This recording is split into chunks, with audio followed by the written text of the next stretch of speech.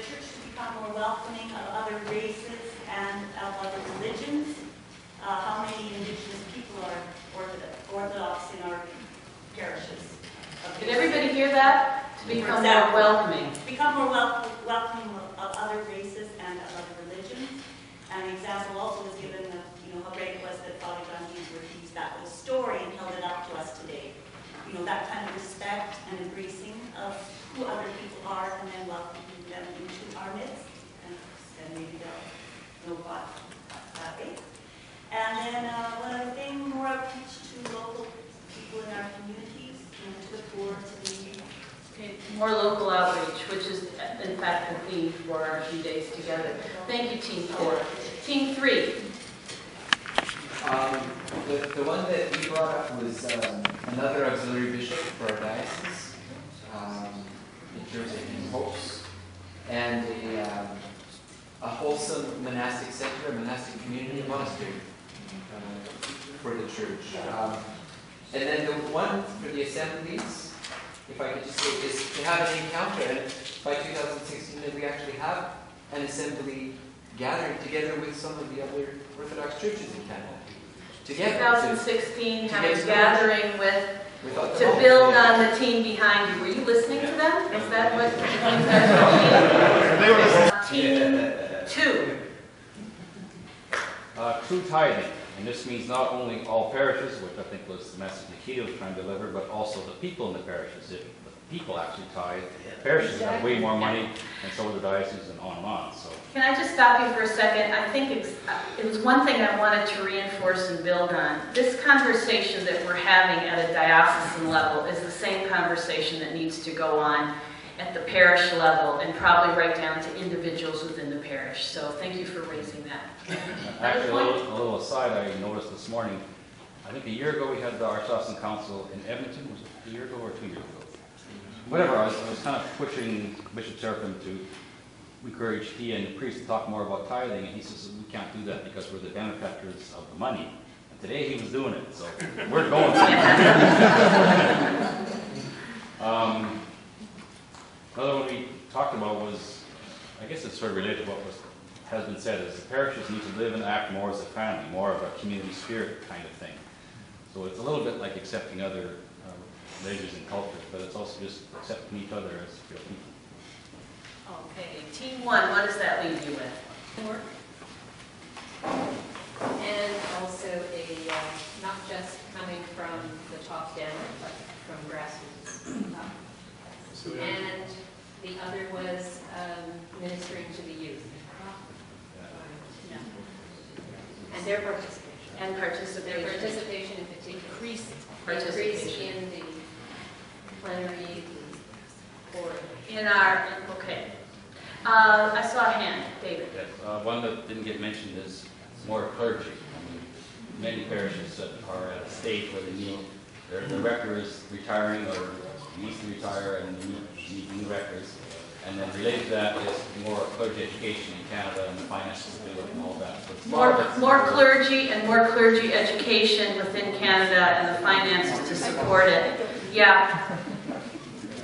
There's a lot of Grecian formula going around our Archdiocese, so yeah. Peter.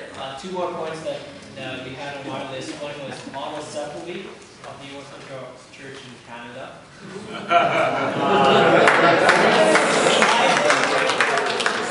Go for it. And the other wish was that more involvement in the website as well as a virtual Archdiocese. Oh, excellent. With input from other people. So we're more visible.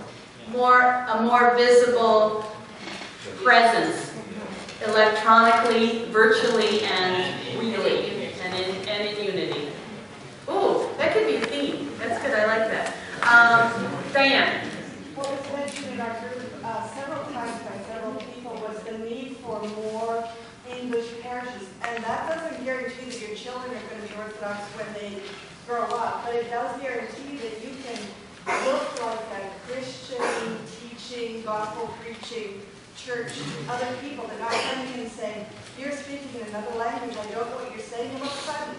We need to be visibly, understandably Orthodox to the public. One here and one more there. We mentioned smaller units of administration because we have such a large diocese. So what Mark Patasti talked about this morning about having a Western Secretariat is one step in that process. But even having some smaller units, maybe having separate dioceses across the country, perhaps we could having some smaller units. No, but having smaller units of administration is something.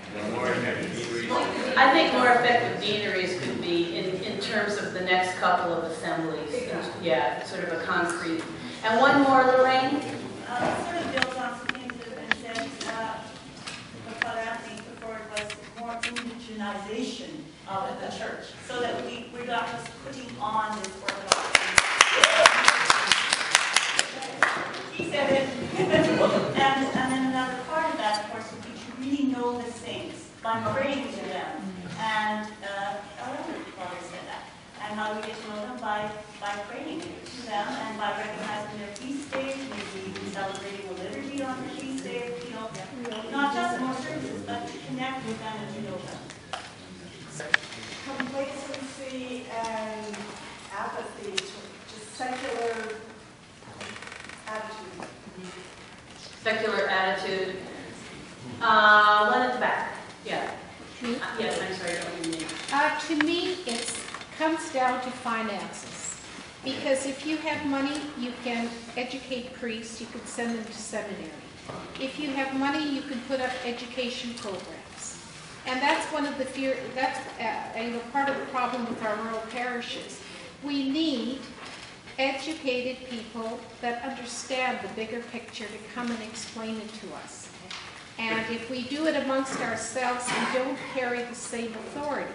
Okay, so in a way, you're saying finances, but there's also a lack of understanding regarding the use and the need for the finances, which is kind of the flip of what some of us said, let's have more education about why. And why it's important to support the diocese. Why it's important. And related to that, I think we're saying we need money. I think what we need is self-sacrifice, and to remember that that real giving is giving to a point of pain. It's not simply living your middle-class Canadian lifestyle. And I think that we need to remember that actual poverty, if we actually take the attitude seriously, is a blessing. That voluntary poverty is a blessing. So let's not be afraid to give our money. Over on the side. Old versus new calendar. Old versus new calendar. You want to build on that a little? Really? Well, I belong to Holy Just Resurrection. stand up a little and we can hear you better, if you don't mind. I belong to Holy Resurrection in Vancouver. And for much of my life, we were old calendar. We went to new, now we're back to old.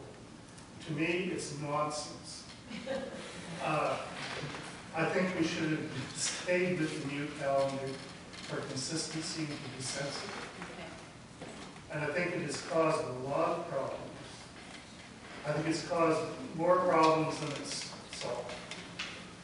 And I don't want to say too much more because of the offense of my... No, but I mean, I think you've made a point, and I think it's captured. The barrier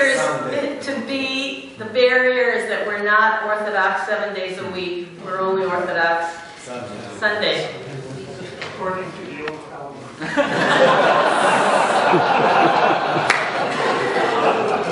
Okay, we got that. Father Justin.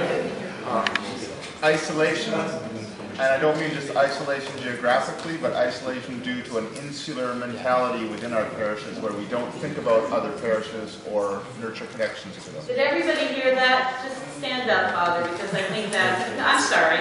You don't have to stand, but make it a good point there. Isolation, and I don't just mean isolation geographically, but isolation that comes from an insular mentality where we are focused exclusively on our own parish.